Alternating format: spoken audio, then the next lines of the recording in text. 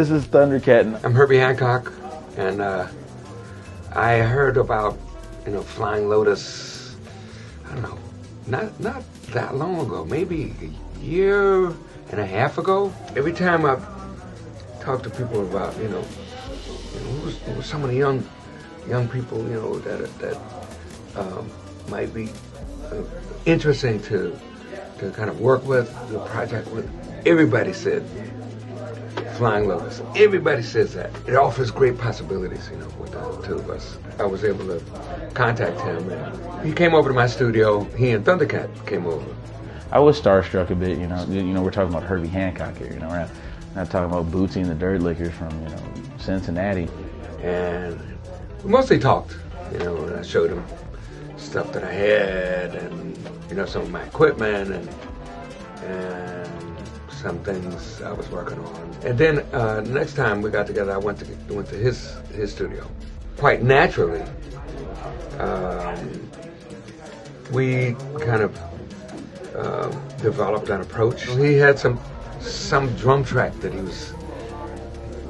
was fooling around with. He just had the drum track, and it was like a jazz drum solo. It was a part of something. I didn't know what it was a part of. But yeah, I remember that. And I remember I remember for a while, even before Herbie was there, we would be sitting there with it just kind of like, Because the funny thing is there's, as an instrumentalist, certain things always come natural to me to be able to try to build or try to create around certain things like that. But, it was kind of like, I didn't feel like, me personally, it was like difficult to just write it off to something I could just do that to, I'd be like, nah, this is actually a little bit more than that, That's how I would feel listening to that beat.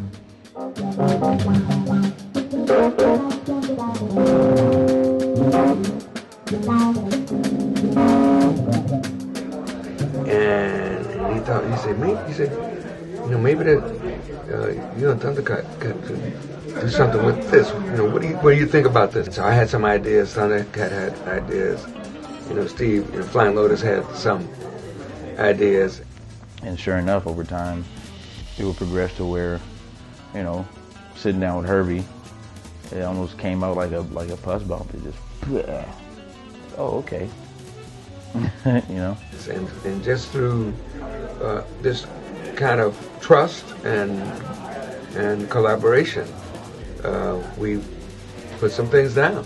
A lot of the time, you never know what to expect with anybody. You never know, based on personality, ability, how they're going to judge your ability and personality, and all these things. And you can kind of get caught in your head about it a bit, but there's just this openness with Herbie that I can't really make up for, I like working in an environment where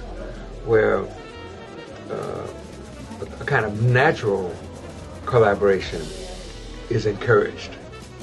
Where the atmosphere is loose, sit down and get a bite to eat, and just talk about life, talk about whatever, and the music kind of flows from that. His open-mindedness to what it was uncanny. It's kind of like, he jumped right in. It's his ability to perceive and take stuff further is like beyond anybody that we've known generationally. We did that for 2 or 3 days.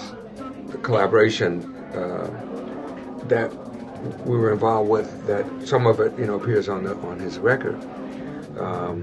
It's like an entry point, and we'll see how it evolves from there. But we intend to get together a lot more often in the very, very near future.